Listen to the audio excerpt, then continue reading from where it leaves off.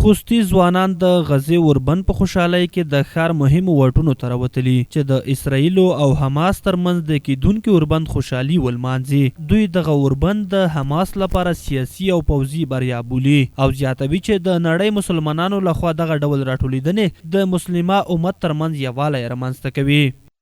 چې په فلسطین کې اوربند وشو او یو څو پړاوونه کې به دغه اوربند تطبیق شي، موږ یې هرکلی کې ورته خوشحاله یو چې د حماس ساتلانو په خپله وړتیا باندې، په خپل استقامت باندې، په خپله مجاهده باندې هغه کیل لوری د دوی سره چې کوم هغه د خبرو میز ته کېنوو او بالاخره اوربند یې وکړي. د حماس د مجاهدینو سره د دوی د بریا راز چې کوم کامیابي دوی ترلاسه کړه هغه موږ سره نمانځو په شریکه. مسلمانان د نړۍ په هر ګوټ کې سره ورونه دي، موږ د دوی سره خپله ورورولي پالو. د لاریون ګډونوالو همداشان د نړۍ پر کفارو غږ وکړ چې یوه ورځ به په ټوله اسلامي نړۍ کې ماتیږي. دوی همدارنګه زیاتوي چې کفار د مسلمانانو له زورونې لاس واخلي او له تیرو ماتو دې زده کړه وکړي.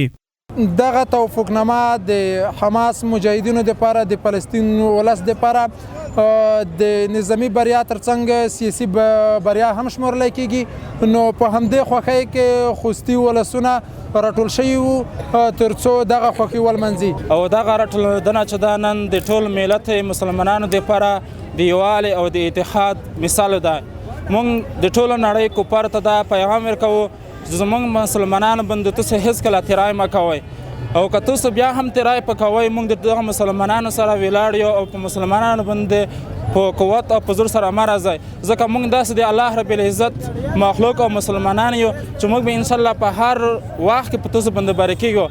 د معلوماتو له مخې د امریکا، مصر او قطر په منځګړیتوب د حماس او اسرائیلو ترمنځ د 15 میاشتنۍ جګړې د اوربند هوکړه شوي چې د جنورۍ میاشتې پر 19 نیټه یعنې د راتلونکي یکشنبې په ورځ به عملي شي.